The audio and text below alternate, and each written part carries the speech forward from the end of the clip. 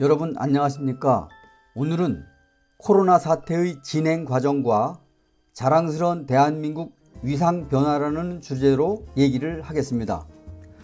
중국 우한에서 시작된 코로나 사태는 1월 20일 우리나라의 첫 환자를 시작으로 1월 26일 31번째 신천지 신도에 의한 슈퍼 전파로 크게 확산되었습니다. 확진자와 사망자가 급속히 늘어났습니다.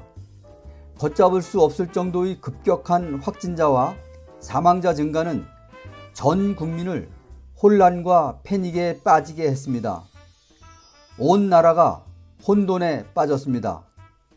갑작스러운 사태에 정부는 잠시 혼돈에 빠지기도 했지만 곧 안정을 찾고 국가 재난에 즈음한 적극적인 대응 태세를 확립하고 하나하나 세밀하게 대응해 나갔습니다. 지금은 생활 방역으로 전환하여 심리적 안정감에 다소 안도하고 있지만 1월과 2월은 온 나라가 정말 하루 앞을 내다볼 수가 없었습니다. 그 후 지금까지 우리는 철저한 대응으로 일관해 왔기에 차츰 그 숫자가 줄어들면서 통제하기에 이르렀습니다. 중국은 2월 중순 확진자가 최고조에 이르렀지만 그 후 전 세계로 확산되면서 이탈리아와 터키로 확산되어 유럽과 미국으로 전방위적으로 늘어났습니다. 당초에는 중국과 한국, 일본 등 몇 나라에서 일어나는 작은 사건으로 바라봤던 미국과 유럽들의 착각이었습니다. 중국은 2월 중하순부터, 한국은 3월 초순부터 확진자 증가세가 둔화되기 시작했죠. 한국은 정부의 방역 노력과 국민들의 적극적인 협조로 코로나 확산 저지에 일단 성공을 해가고 있는 것입니다. 하지만 전염성이 매우 강한 바이러스는 아시아 지역을 넘어 유럽과 중동을 거쳐 미국 등 아메리카 전 세계로 확산되어 갔습니다. 중국, 한국, 일본 등 아시아 국가는 전체주의 성향이 강하지만 미국과 유럽인들은 개인주의 성향이 강한 데다가 코로나를 대수롭지 않게 생각하고 초기 대응을 하지 않았던 것입니다. 특히 트럼프 대통령은 초기 대응을 하지 않았을 뿐만 아니라 자기네 나라의 선진 의료 시스템을 믿었기에 걱정하지 않는다고까지 말했습니다. 하지만 이번 사태는 선진국의 의료 시스템에 부끄러운 민낯을 보여주었습니다. 그동안 최고의 효율성을 중시했던 의료 시스템이 코로나 같은 위기에 아주 취약하다는 것을 보여줬습니다. 의사와 간호사 등 의료인의 부족은 물론이고 앞 병실과 병실 수가 늘어나는 환자 수에 대응하지 못해 진단을 포기하는 사태까지 이르게 되었죠. 유럽과 미국에서는 의료진의 방호복이 없어 비닐 쓰레기 봉투로 방호복을 만들어 입는 웃지 못할 뉴스도 접했습니다.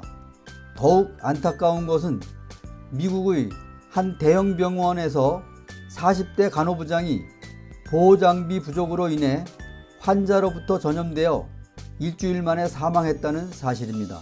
선진국으로 자처하던 영국에서는 대형 병원 집중치료실에서 일하는 의료진들이 쓰레기 봉투로 묶고 방호복으로 입는 사례를 보았습니다. 이탈리아와 스페인은 전체 확진자 중에 14%가 의료진 확진자일 정도로 의료 붕괴의 심각한 상황을 보이기도 했습니다. 이처럼 취약한 의료 시스템은 폭발적으로 늘어나는 환자를 감당하기에는 역부족이었습니다. 이탈리아에서는 확진자와 사망자가 급증하기 시작을 했을 때 군용 트럭이 사망자의 시신과 관을 실어 나르는 소식이 들려왔습니다. 또 감당하기 어려운 수준으로 사망자가 늘어나자 여기저기에 시신이 그냥 방치되고 있다는 끔찍한 소식을 접하게 된 것입니다. 전 세계가 패닉에 빠져들기 시작했던 것이 2월 하순이었습니다. 사태의 심각성을 나중에서야 깨달은 미국 정부와 연준은 금리를 일주일 만에 0%대로 낮추고 돈을 마구 풀어대기 시작했습니다. 무제한 양적 완화와 여러 차례에 걸쳐 금융시장 안정화 방안을 발표했지만 공포를 안정시키기에는 역부족이었습니다. 2008년 금융위기엔 돈으로 해결되었지만 이번 코로나 사태는 돈으로 해결할 수가 없었습니다. 사람들의 이동을 제한하는 하늘길이 막혔으며 물류 이동도 제한되었습니다. 사람들에게 이동 제한과 자가격리, 사회적 거리 두기를 강제하게 되었습니다. 그러다 보니 생산과 소비가 정지되었고 경제 시스템 마비까지 시작되었던 것입니다. 여기에서 사재기가 기승을 부리고 미국, 호주 등의 언론에서는 화장지를 두고 시민들이 싸우는 장면과 대형마트의 텅 빈 진열대를 보여주기 시작했으며 대중들은 공포에 빠져들기 시작했습니다. 이때가 3월 초순이었습니다. 유럽 일부 국가와 베트남 등에서는 대한민국 국민의 입국을 막는 빗장을 걸어 잠그기 시작하면서 전 세계 260여 개 국가 중 100여 개의 나라가 대한민국의 하늘길을 막기 시작했습니다. 이번 코로나 사태가 전 세계 인구의 60% 이상이 감염되어야 끝날 것이라는 의학자들의 암울한 전망은 공포를 더욱 확산시켰습니다. 급기야는 현금이 최고 안전 상품이라고 여겨 무엇이든지 현금이 될 것이면 모두 내다 팔기 시작했습니다. 각국의 중앙은행은 이 같은 급격한 금융 경색을 막기 위해 대책들을 마구 쏟아내기 시작했습니다. 우리 한국은 0.7%로 금리를 인하했으며 시장 안정화를 위한 대책들을 쏟아냈습니다. 상상도 할 수 없는 재정 부양책을 내놓기도 했습니다. 전 세계 공장들은 문을 닫았고 직원들은 재택근무로 전환되었습니다. 이 같은 조치는 지금도 계속 진행되고 있습니다. 4월 중순으로 접어들면서 중국과 한국의 확진자 수가 줄어드는 것이 확인되었으며 이탈리아를 포함한 유럽 국가들도 어느 정도 확산세가 줄어드는 추세로 돌아섰습니다. 불확실성이 조금씩 해소되면서 막연한 공포는 잦아들기 시작했습니다. 치사율이 낮다는 이유로 급속한 전염병을 간과했고 이는 사태 초기에 안일한 대처로 이어졌던 것입니다. 코로나 사태는 유럽과 미국 등 선진 국가의 의료 시스템의 취약성을 여실히 보여주었습니다. 강한 전파력으로 인한 환자 수 증가에 의료 시스템은 속수무책이었고 사망자 수는 감당하기 어려울 정도로 늘어났던 것입니다. 아직도 미국의 코로나 확진자와 사망자는 계속 이어지고 있고 1930년대 대공황 때보다 많은 실업 건수가 몇 주일 만에 2,600만 건이 넘게 발표되었습니다. 전 세계가 코로나 바이러스 치료제와 백신 개발에 온 힘을 쏟고 있지만 아직 뚜렷한 진전은 없는 상태입니다. 한때 미국 기업인 길리언드 사이언스의 렘데시비르가 효과가 나타났다고 했지만 부작용이 더 크다는 결론을 받기도 했습니다. 의료계에서는 치료제나 백신이 개발되더라도 내년에나 본격 양산이 가능할 거라는 기대 섞인 자료를 내놓고 있는 실정입니다. 이번 사태는 누구도 예측할 수 없는 상황으로 전개되었습니다. 우리나라는 지난주 사회적 거리두기에서 생활 방역으로 큰 방향을 전환하였습니다. 4월 말 황금 연휴에 2차 확산을 막는 데 주력하고 있습니다. 이번 사태로 우리 국민은 위기에 강한 국민성을 여실히 보여주었습니다. 이번 사태로 전 세계가 우리 대한민국을 주시하고 있습니다. 비록 초기 방역 실패로 확진자 수가 급증하긴 했지만 이후엔 높은 시민의식을 바탕으로 성공적으로 극복해 나가고 있는 것입니다. 부지런하고 성실한 국민성을 전 세계에 강하게 심어주기에 충분했습니다.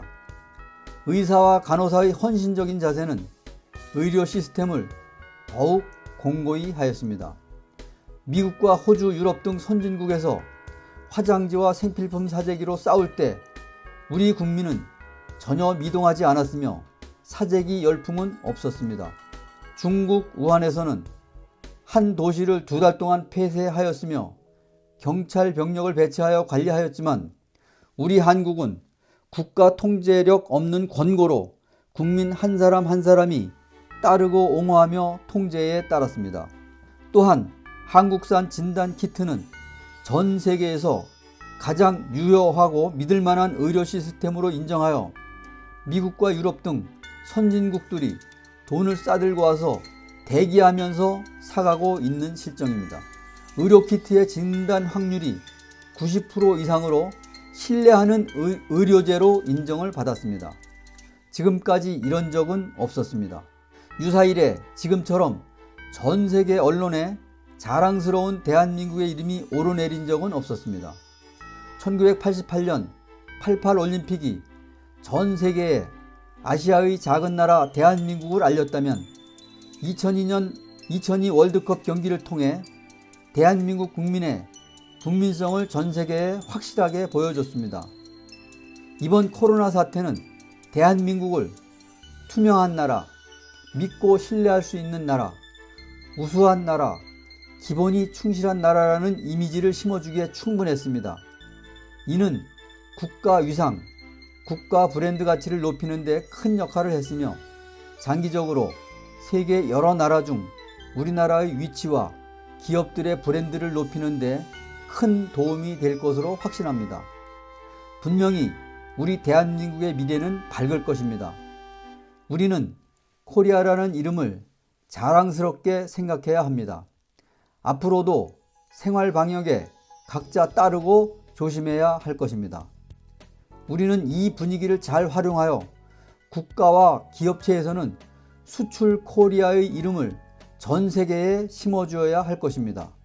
오늘은 코로나 사태의 진행 과정과 자랑스러운 대한민국의 위상 변화라는 주제로 중간평가 상황을 얘기했습니다.